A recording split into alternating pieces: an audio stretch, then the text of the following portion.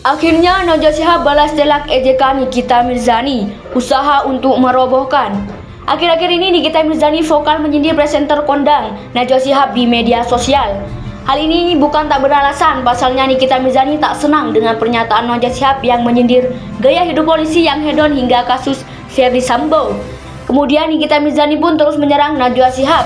Bahkan ia berani menuding sang presenter sakit hati karena tak menjadi menteri. Jangan mau ditakut-takuti polisi, suruh urus dulu tuh Ferdy Sambo.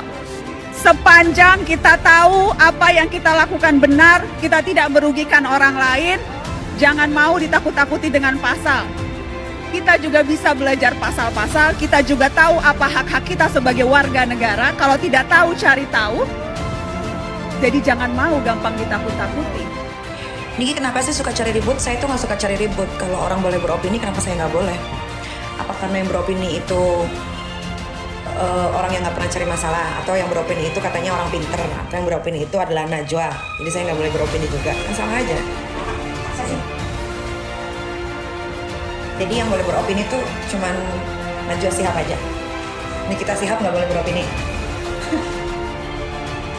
Jangan dong, masa cuman dia aja yang boleh beropini, saya nggak boleh. Kalau beropini itu bukan berarti cari ribut. Kalau dia aja sudah siap mengomentari orang, berarti dia juga siap dikomentari hidupnya dong. Akhirnya Najwa Shihab balas telak ejekan Nikita Mirzani, usaha untuk merobohkan. Akhir-akhir ini Nikita Mirzani vokal menyindir presenter kondang Najwa Shihab di media sosial. Hal ini bukan tak beralasan, pasalnya Nikita Mirzani tak senang dengan pernyataan Najwa Shihab yang menyindir gaya hidup polisi yang hedon hingga kasus Ferdy Sambo.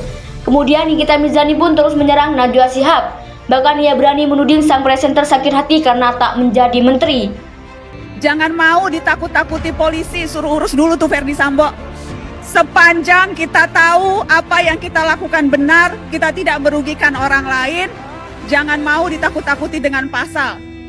Kita juga bisa belajar pasal-pasal, kita juga tahu apa hak-hak kita sebagai warga negara. Kalau tidak tahu, cari tahu.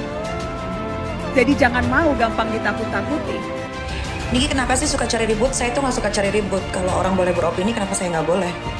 Apa karena yang beropini itu orang yang nggak pernah cari masalah, atau yang beropini itu katanya orang pinter, atau yang beropini itu adalah Najwa, jadi saya nggak boleh beropini juga, kan sama aja.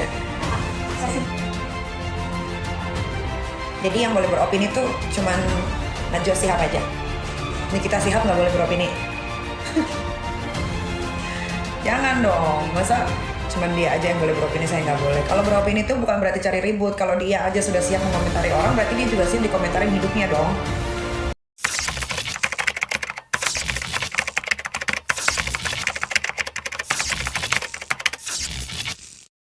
Jika prasangka yang dimaksudkan belum keluar respon dari anggota tubuh yang lain, maka dengan istighfar itu cukup kemudian menjadikan ampunan dosa bisa diraih. Misal, ada orang lewat, nggak nyapa dengan kita, ya kan? Nyapa, tidak nyapanya dia sebetulnya bukan karena dia acuh. Hati-hati, tiba-tiba kita marah, nggak nyapa dia. Marahnya antum ini sebetulnya bukan diakibatkan karena dia tidak menyapa, diakibatkan karena Anda tidak mampu mengendalikan gejolak nafsu Anda. Kalau Anda bisa memprasangka baik, mengendalikan jiwa Anda sehingga suplainya baik ke pikiran Anda, mungkin Anda bisa renungkan yang baik.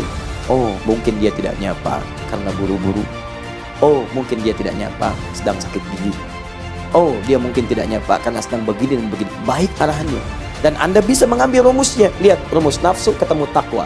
Jika ada nafsu, ambil takwanya. Takwa itu lawannya. Ada orang cemberut, lawannya senyum. Ketika ada orang cemberut, antum yang senyum.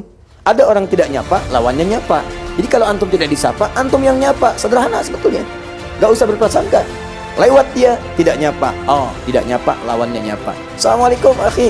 Waalaikumsalam. Masya Allah. Ilahin, ilaliko. Oh, selesai. Belum paham antum. Tuh. Waalaikum, akhi. Waalaikumsalam. Mau kemana? Sampai jumpa lagi.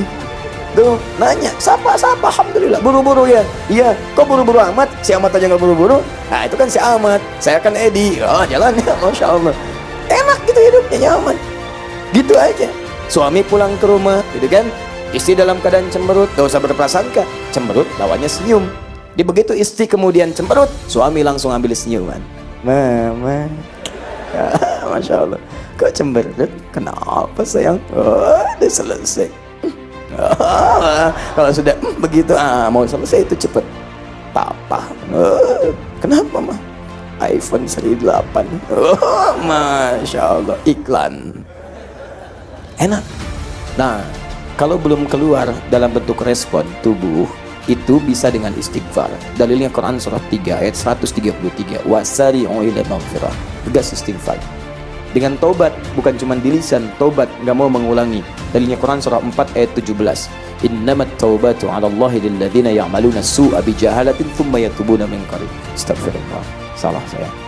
Astagfirullah. Begitu Anda ada prasangka, astagfirullah, salah. Astagfirullah, ya Allah ampuni saya, ya Allah. Ampuni saya, ya Allah. Saya berprasangka buruk pada tiang itu. Bisa aja.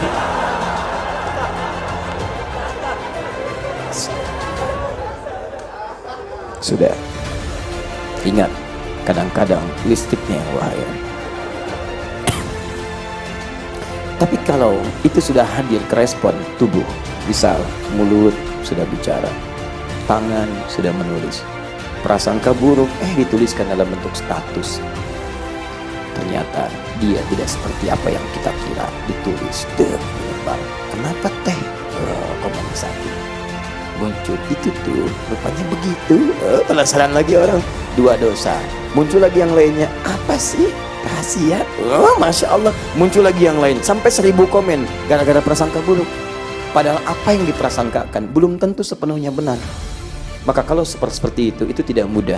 Anda mesti langsung mengklarifikasi yang bersangkutan dan minta maaf pada yang bersangkutan jika memang diketahui itu sumber tujuannya. Kalau orang tidak belajar menulis seperti itu, kita bisa berikan pengetahuan. Tapi antum yang belajar saling mencela dengan tulisan, saling menyindir dalam keburukan dan sebagainya, pada apa yang antum niatkan pada hal yang tidak baik, itu yang paling bahaya.